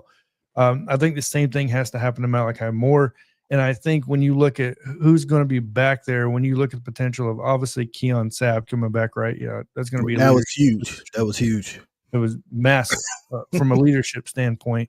And then you look at, Drake Kirkpatrick Jr., you look at Devontae, not Devontae Smith, but Drake Kirkpatrick Jr., we're stacked on the back end, right? So the moment Dijon Lee showed up in the Tuscaloosa and did what he did through spring and everything else, we don't know if Xavier Brown's going to be the starting corner opposite side when he was the starter last year, right, of Damani Jackson. So, and that's a good problem to have when you're talking about somebody coming in at 6'4.5", right, and running the way he runs, shutting down an entire side of the field. It's almost scary. And I'm not going to talk up Alabama too much because I'm going to sound like a homer. And you know me, Coach. You know me. You are. I try not to do that. We all are, though. You can't help it. But no, I'm just excited because of the potential, because I look at this team, and last year you can go back on any of them that I was rarely on because I didn't do a lot of videos last season. I wasn't high on the team. I wasn't high on the team because of depth. The depth was just so bare, especially on the defensive line. You just didn't know what you were going to get out of that line. Whereas this season, when you look at the guys that came back in Deontay Lawson, Keon Sabb, and these guys that are willing to come back for one more season to ensure the depth and give these guys a position, like when you look at Quay Russaw, right? So when you look at oh my gosh, the cat that Latham, right? So the line is stacked across the board in depth. Same thing in the linebacker position, same thing in the defensive back position. So yeah, I'm super excited for the defensive side. I just don't know what to expect out of Ty Simpson, right? So I'm not going to sit here and pretend like, oh yeah, he's going to be amazing, fluff him up, whatever. There's a because reason. your offense can be bad for your defense. No, absolutely. No, it can be. Now, do I think he's going to be terrible? No. Do I think he's going to be better than Jalen Milroe? I don't know, right? So I do know one thing. I look at the track record that Ryan Grubb has with Kalen DeBoer, and this is going all the way back, obviously, to Sioux Falls, Fresno State, right, through Washington into Alabama. And this is not doing it in SEC play, which I know Shody's going to say, but he tends to develop these QBs that tend to move on to do great. I have a question for you, but I just don't know if I want to put you on the spot. No. Do it. No. Go ahead. Ask the question. So, most people ask people question like, so, how many games you're going to win, how many games you're going to lose, blah, blah, blah. Yeah. What's a successful season or what's a losing season? But I want to ask, but my question to you is just real talk. Like, what would be the same season you just had this year? What would be the same? Yeah, like kind of like the feeling. Yeah, the like feeling? the feeling. In my personal view, it would be another 9-3. I do. I have exactly the same record. And the reason why it's the same record, and I might get to the playoff this year. You're right. And I'll be honest with you, as an Alabama fan, I know a lot of Bama fans may hate this. A 9-3 season, I'm not disappointed. And the reason why, hold off, is because Ty Simpson, right, hasn't started. The defense is technically still kind of young, right, in that aspect. We're figuring out the offensive line, and this is Ryan Grubb's first year in the system. So, I mean, I'm not going to be as an Alabama fan, you got to take off the Kool-Aid glasses, right? You got to put the drink down and go, Nick Saban is not there. Kirby Smart is not there. All those guys are not there anymore. So you got to do something called readjust your expectation. And by doing that, I want to probably have to give Kalen DeBoer more time than I would Nick Saban to produce a championship or to do big things to show what he can do. And so what I expect this season personally is probably 9-3 in all honesty. I expect Georgia and Texas to be at the top. I expect maybe the second tier being like Alabama and OU, maybe, if Mateer can pan out the way I hope he pans out. Right. And another team that I hate talking about, God, I hate talking about them. But if Auburn and Hugh Freeze can get it together with Deuce Knight, or Jackson Arnold does pan out the way he pans out, they have a defense, right? So I know we didn't talk about them a lot because their offense has completely sucked. But yeah, well, good thing is we get them in Athens and not the Plains. So yeah, well, yeah, you guys always. I mean, same thing with Alabama. Right, we'll have to worry about the Plains. I think, like Shawty said earlier in the show, even with Alabama and Georgia, it's still like things are so wide open because we'll have a show on Respect the Hedges coming up Tuesday, not to give everything away, but Georgia has 42 players that are either true freshmen or redshirt freshmen. So basically they have very little snaps. That's half a year of scholarships, you know what I'm saying? And then they brought in, about 7 or 8 transfers who've never played for Georgia, so they don't know the Georgia standard. And I like what you said about the 9-3 because it could be the same record, but you'd have a different feeling. You know what I'm saying? Because going into last season, there was higher expectations.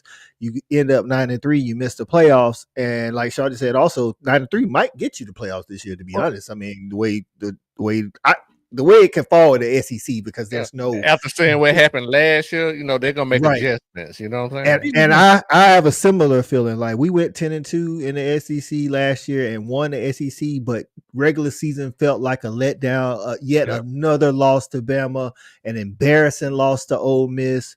Yeah, we beat Texas twice. We won the SEC, but then I know we had a first time starting quarterback, but it still felt bad to lose to Notre Dame, how they just kind of out Georgia'd us. You know what I'm saying? They didn't, the scoreboard didn't show, but they out Georgia'd us. You know what I'm saying? They brought the mental to the game and they just gave up one offensive touchdown. Right. And so a 10-2 this year going into it, though, just for me, may feel a little bit not as bad. I ain't gonna say good, but not as bad because I had higher expectations going into last year with Carson Beck being a potential number one pick. All these receivers that played the year before. The year before we had an offense that put up, Carson Beck threw for 4,000 yards. And you know what I'm saying? It's like we come into the year with all of that, all these returning offensive linemen. And it's like, then we put up the numbers we put up. I know we lost Brock and Ladd, but still, you know what I'm saying? It just didn't look good. Let's just say that. So I expect like a 10-2 and you, like you said, pretty much I think we'll make to the SEC championship. I'm not confident we'll win it. I don't know. You have to get back to me game 6. 9-3. That's what I'm saying. And it won't be as bad feeling wise because I'm going into the season thinking that, you know what I'm saying? The worst thing that happened to Alabama last season was beating Georgia. And the reason why I say that is because the moment they beat Georgia, our expectations through those first 3 games were, we would be happy to make it to the SEC championship game. Shot y'all wad against us. And then, and then beat Georgia and then was like, oh my God, we can't be stopped. About to win the Natty. We about to win the Natty. We're never going to lose again, blah, blah, blah. You know what I mean? And it's like, it's so easy to have that. And I'm like, did you guys not watch the second half of that game? Right. Right. Me and you, but I think I hit you and we kind of talked about that. We was like, everybody was like, oh, they was up, 4 touchdowns or whatever. But did you watch the rest of the game after the 28-point, start? Now you're talking about context. Right. Right. And the thing about it is like, when that happened, I'm like, whoa, guys, let's calm down. And then, everybody was so quick to look. I have never seen divide like this in my life between Jalen Milroe and a fan base. I mean, right. Y'all hated Jalen by the end of the season, though. That was crazy. He was the blame for everything. Right. So, and, Coach Al Sanders, who I love to death, who I get on with and talk to as much as I can, has that negative free zone. Like, try to get that out of your head. Critique the play. Don't critique the human being. Right. So, and when you start attacking somebody's personal character and their family, there's problems. You need to reevaluate yourself. Right. So, and that's what was happening in Alabama. You're seeing these comments of talking about, him and his family are trash and, they're no good. It was like, that was the beginning of it. That was the beginning. By the end of the season, you were seeing some racial tendencies coming out, to say the least. Oh yeah. And I'm not joking. Listen, man, people take fandom way too serious, dog. Like, you know what I'm saying? Like you say, you can call a dude a athletic bum, but you don't know what this dude do personally every day. Exactly, you know what I'm saying? They let how they feel about a player take away from what he's actually doing on the field. But I want to get this comment sooner in Texas. Me and Shawty touched on this when we thought Jackson Arnold might hit the portal. He wasn't in the portal yet, but Sooner Test says Jackson Arnold is a world talent with a broken mind. If you can fix his mind, upside is high. Because me and Shawty talked about, like, well, if Jackson Arnold hit the portal and we knew Carson Beck wasn't coming back, or we thought he was going to the draft, I was like, I wouldn't mind Jackson Arnold in Athens. Yeah, I take a flyer. Right. Listen, we'll give him a jersey now. Like you say, if we can fix his mind, because I do think he has some talent there. And I'm not saying every 5-star pans out, but he definitely was a 5-star for a reason. The dude has some talent there. So I definitely agree with Sooner in Texas right here, saying, if they can fix whatever's going on upstairs, the dude got some talent and he can stay there. But like Jonathan said, he's got a lot of heat on his back, not just with Deuce Knight, with Daniels from Stanford. And they brought in one more guy, and I can't remember. It was 3 starters almost that went, to Auburn. I'm like, I don't know how all this going to pan out, but the competition is going to be fierce. You know what I'm saying? Shout out to Bishop Franks for getting in. We appreciate you, Bishop. and the Bama Standard. Say hit that like button. Everybody, that's right, man. We got a lot of people in here, man. We appreciate y'all joining us, man. It's the Fan Addict, man. We talking portal, transfer portal, which ends, the spring portal ends tomorrow. And I got a question about that, Jonathan. So I know they kicked around the idea of only having one portal. Did they actually make that going into 2026? Voting is going to be in August. So the vote is in August where it's going to go to one portal. I 100% believe it will. The reason why is because this would be the 6th vote in a row for a portal change, and all 6 previously have all been approved, and all of them are shortening or tightening. 6 in a row? Yeah, 6 in a row. Yeah. So to change some aspect about the portal. Yeah, exactly. Not necessarily the date. It's like a date, a change, the amount. So that's gonna be every year. Then it's gonna be every year. So if they change it to just one portal, I will say for those that missed out on spring games, I think they'll bring spring games back, because that was one of the catalysts for the spring game not being played or not being televised, because people was like, hey, we got a spring portal coming up. We don't want to get you an eye full of our players. I personally think if you got the right staff, they're gonna find people regardless. But I know that's literally why all of that happened, and I think some of the spring games will come back after that. Now, this is what's going to be crazy is I always said with the 2 portal windows, you go try to get starters in the winter portal and you get depth pieces in the spring portal. But if they go with the 1 portal, you're talking about going to be jumping. That portal gonna be bananas. Yeah, that's all it's about. It's the timing. Like, it's about the timing of the portal. Man, you got the timing and the amount. You know what I'm saying? And these players, like these second, I ain't gonna call them second tier. I'm gonna call them depth pieces. You ain't gonna be able to kind of like lollygag with that decision either, because these coaches gonna have to make quick decisions. Because normally the portal's about 30 days. And if they know they're not getting no second portal, because before you say, I'm going to put my name out there. If I don't go nowhere, I go through spring and then I'll get in the spring portal. You going to have no more of that, though. You either got to figure it out or stay where you at. So I think those kind of next level players, those not elite players, are going to have to make a quicker decision. So I got 2 things to caveat on that. I think this is the first time where we go into a voting situation where something's happening, because there's 2 huge votes happening this year, by the way. The first one's going to be the transfer portal window, and I'll touch on the next one after that. I can tell you right now, spring one's going away. The winter one will be the only one open. The reason why is because this is the first time in history that, and they haven't been around long, but general managers have come to the forefront and say, we can't control our rosters, not knowing who's going to be there before and after spring. This is a complete chaotic problem. The time, exactly. Right spring. There you go. So give us the 1 December window, right, for spring portal, 30 total days, because right now it's 45 days. Just give us a 30-day window in December, right? Whatever that looks like, whether it's at the end of November, whatever those dates may look like, and keep it at that, right? So I think for sure, because there's so much backing behind the GMs, and now we look at the GMs like Courtney Morgan and all these guys. Look how important they are to the programs, right? So I think the NCAA and them, they have to pay attention to that.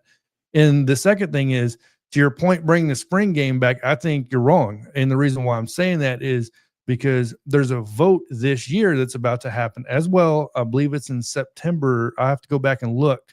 There's a vote, 6 votes only needed for joint practices with other teams to bring. Coach, did I say? I've been saying that. They should. This is what I always say.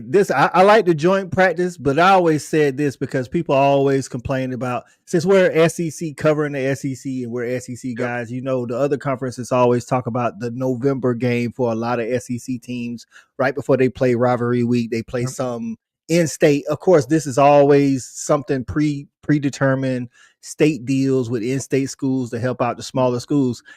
To that point, I've always said, play those guys in the spring. Let's have one game. You play those guys in the spring. You still pay them to come to your campus, but then you don't have them on the schedule. But I like joint practices too, as long as it's joint practices from another P4 conference that you don't have to play, of course, kind of like the NFL does. So even if you don't do joint practices, I was saying you could do this right here. You can still have your normal spring games like scrimmage. Yeah.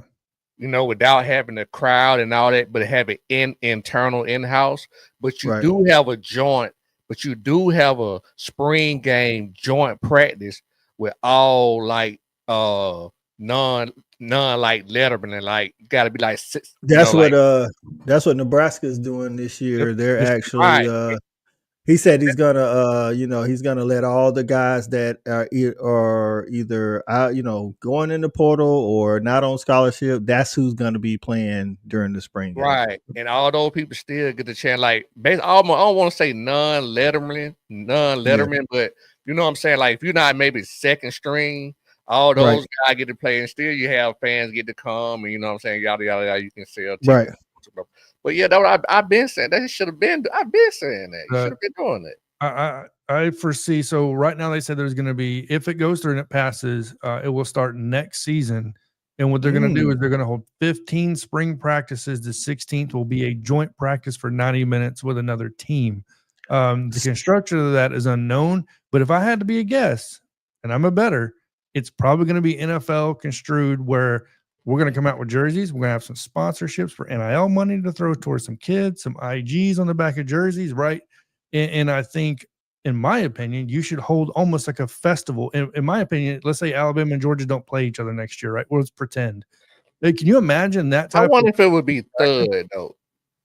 You know what I'm saying? Like more of a well, I don't know. I should say maybe people don't know what third means. Third, so for those that don't know what third is you tackle, but you don't you hit, but you don't take to the ground. You don't tackle, Not by design. Some people may fall, but you ain't trying to take them to the ground. You know what I'm saying? So, but it be more of a situation like that. Well, you might not have spring games with that said, Jonathan, but if they turn it into some kind of weekend event or whatever, you still could televise it so that the people that want to come, you know what I'm saying, like come out, like you say, Alabama's playing Boston College, on April the 18th, Georgia's playing UCLA or something like that. You know what I'm saying? You don't want them kind of energy building up in this, because that, you don't want it to get too competitive in this, right? Series of injury that can come. You basically playing games at that point. With the way the sport of football, not just college, but with the way the sport of football, I ain't saying it's gonna happen, but if it goes that way where you have another practice,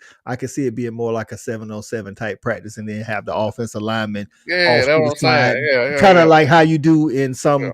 Like the times I've been to Georgia practice, like, they may have the skilled players working on pass drills, and then they got the trench work where they, you about to get hit, but you ain't going full on, and then that kind of thing. Kind of like if you did even on 11, it still ain't full blast, Right. It's kind of like those camps for the 5-star high school guys where it's like the D lineman against the O lineman. It's the, and then you got the 7-on-7. I could see some of that. That would be pretty dope.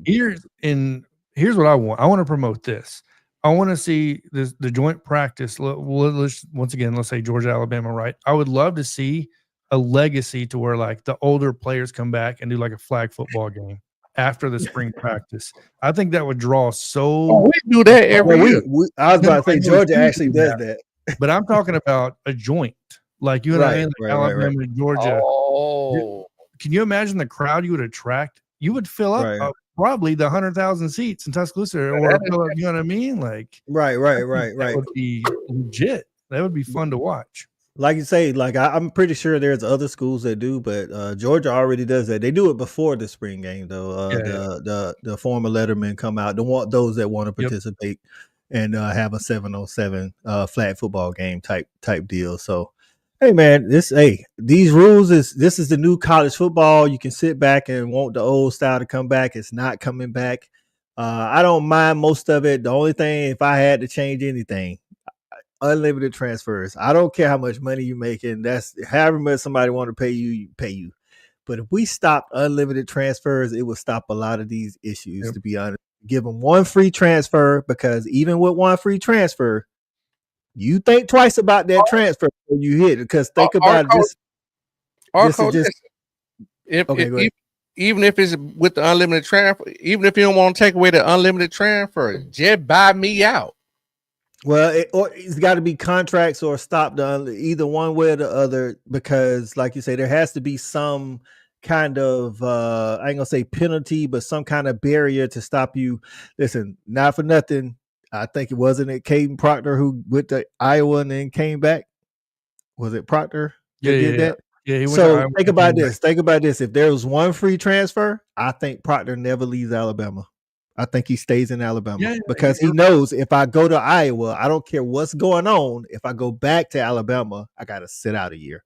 Yep. You know what I'm saying? And I think he never leaves Tuscaloosa. I'm not saying that he didn't do what was best for him at the time. I'm just saying a lot of these, and this goes back to the spring game canceling. Sure. Like, oh, I don't want nobody poaching my guys. And we got guys I seen, man. I'm telling you, this past week I seen some guys.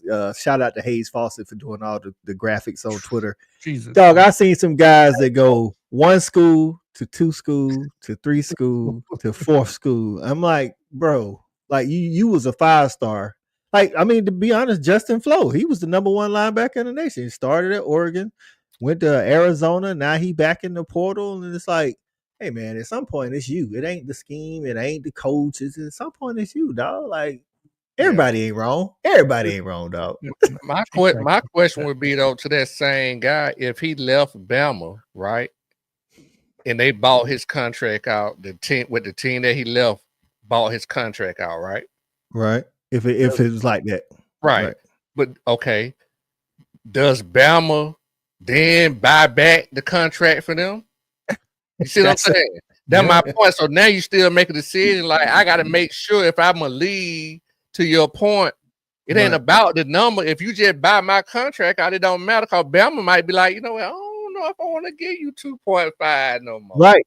Either way, now you got to make that decision before you do the first leave. You like, when I leave, because as it's constructed right now, when I leave, I could literally leave in the winter. Well, I mean, the winter portal may be the only portal next year, but as it stands right this moment, you could leave in the winter portal, get the girl, go to spring practice. It ain't what you thought. And whether you go back to the original place or to a new place, we've seen that multiple times. I mean, I just used Caden Proctor. He wasn't the only one. There was plenty of people that got in.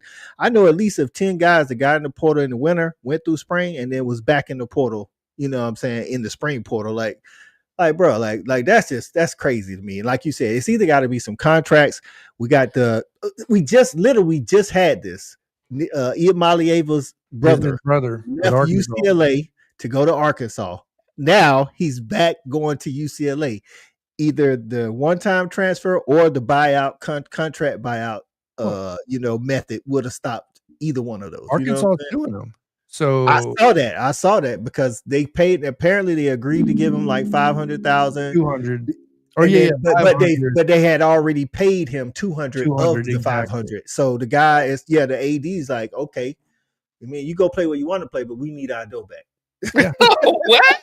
Yeah, because they gave the 200 because he hasn't played for him. You know what I'm saying? That's one of the problems. Yeah, that's what I'm saying. Yeah. Right. So I think that'll be another one of these votes. It's either going to be contracts or they're going to stop the unlimited transfers and just go to free. And I think it'll be more like what Shawty said. I think it's going to move to more of like a contract you got to sign, and then there's a penalty if you leave. I think they should have set it up. First of all, I ain't paying nobody 200 that ain't did nothing for me. Like, I might agree to give you 500. So I might agree to give you 500, but it's going to be broken up over time. So you get here, I said I'm gonna give you 500, and let's say I agreed to 500 for each year. You ain't getting the 500 before you play a snap, dog. You need to put on a real jersey for me yet. So, Cole, this is where I think is happening, and it's going on behind closed doors. And Jonathan, if you've heard of any of this, you let me know anything like this. So, what kind of has been going on behind closed doors is like, to your point, is say, we give you, say, so much money up front, we're going to give you this kind of money. But after year 1 or year 2, look here, you ain't producing like that. We want to renegotiate. So now the player like, no, I ain't renegotiating, I'm leaving. Well, there's been it's really coming more of an NFL structure. Like, no matter what people like most NFL, like when you talking about restructuring their contract, they ain't gonna restructure, they're just gonna leave. Right. Well, there's been some of that. There's been some of that. I've been hearing rumors about certain coaches.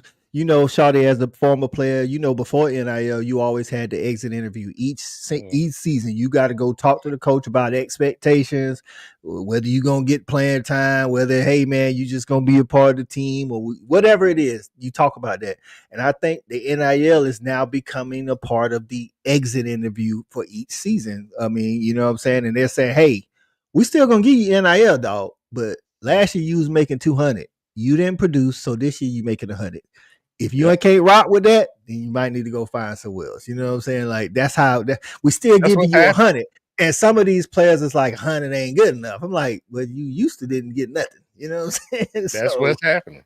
Well, let's do 100 to put on the jersey, and then we'll give you incentives to the season. And when you hit those incentives, I'm with the incentives, Jonathan. Thank you. I'm with the incentives. Like you're a 5-star, so we're gonna bring you in this, and that goes to the contract, shawty. So you put it in the contract, say when you sign the dotted line, fax in your paperwork, you get 50 off the rip. You get you ain't even stepping on campus, you get 50. So I tell people like this right here, and I agree with you 100%, coach. And I'm really piggybacking off what you're saying. Like I tell people all the time, but I equate it to the stock market. Listen, the stock market is going to correct itself. So what I mean by that is the wild, wild west. I get it. It got to be the wild, wild west because that's how you start to figure out. You got to find out what's the top and what's the bottom. You don't know what's the top and the bottom if you don't know. You know what I'm saying? You just can't come out with numbers. So it need to be the wild, wild west for a couple of years so you can figure out what's the top end of this and what's the bottom end of that. So when the NIL stuff reel itself in finally, like you say, it's gonna be certain levels. Like if you're a 4-star or 5-star, or if you produce this and you do that, kind of like, honestly, I hate to say it, we ahead of the game. That's kind of what we do. We ain't just going up. We got things allocated for certain positions and certain levels, right? And that's what the NIL and everything hopefully would do at some point in time. But all I'm getting at is you got to have the wild, wild west, just like the stock market. It will correct itself. Yeah. You know what I'm saying? Right. So I think, and not like Jonathan said, like, incentives. You know what I'm saying? Like if you're a wide receiver, if you wide receiver 1, you expected to get XYZ. If you wide receiver 2, you expected to get a little less. But if you hit those numbers, then we'll either keep you here or raise you, whatever the deal is. But if you don't hit those numbers, and it is what it is, dog. Like you might have to lose 50,000. Guess what else that'll do? It will incentivize playing the bowl games. It will incentivize finishing out your season. Right. If you're 40 yards shorter as a receiver, and you can lose $150,000 because you need 40 yards. Hey, I'm probably gonna play in that bowl game. I'm just saying. Right. And it is even for because even those selfish reasons can collectively help the team. Because I hear some other rumors that there was certain players for certain teams, a lot of different teams, not just one, that wanted to sit out bowl games. You know what I'm saying? Like, oh well, if you want me to play I signed up to play 12 games. You want me to play in the bowl game? That's gonna be more money. Like, well, no, you signed up to play the season. We didn't say 12 games. You said the season, and the season is however long we lasting out here. So it's a lot of changes that like the season could be 12 games, it could be 17 games. We don't know. Oh man, due time. Everybody just panicking, man. It'll work itself out. But it's the new college football, man, and I'm here for it. I like college football. Whether the money model is probably going to move, like Shawty said, to the pro model. But at the end of the day, I still like rooting for the schools and watching these young guys compete. So shout out to the guys that got drafted. Does anybody know how many SEC players have gotten chosen in the first round so far? I do not have it up. Just got taken by Green Bay, the wide receiver from Texas. From Texas. So then we got let's see. Let me go back before that. Then we got because what was the number, Shawty? 13? 13. That was one. We got Barron, the cornerback. 14 went last year. Yep. 14 went last year. Okay. So yeah, Barron went to that really you're not gonna be able to throw against Denver. They ended up getting Barron from Texas at the corner. Texas A&M Stewart. He went 3, 4. Was he the first corner went from Texas? I thought. Yeah. I cannot believe Will Johnson is still on the board.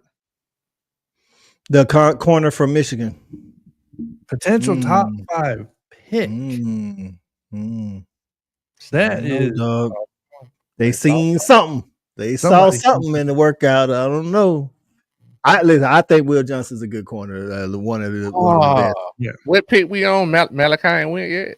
I hope he's sneaking the first. No, Malachi hasn't gone yet. Has Nick Imawari went? No, I haven't seen him either. Wow. Well, a lot of people were slipping. I knew Jahad Campbell would slip. I kept telling everybody that, and they wouldn't listen because of his injury passes like that. Man, I think they had him as the 35th best prospect overall, but he was a top 3 linebacker overall, though. Yeah, he's a great linebacker, but you got to stay healthy. Yeah. Okay. We're gonna keep an eye on it, man. Hey, listen, man. This has been the Snap Count, man. We all SEC all the time on the Fan Addict. We appreciate y'all joining.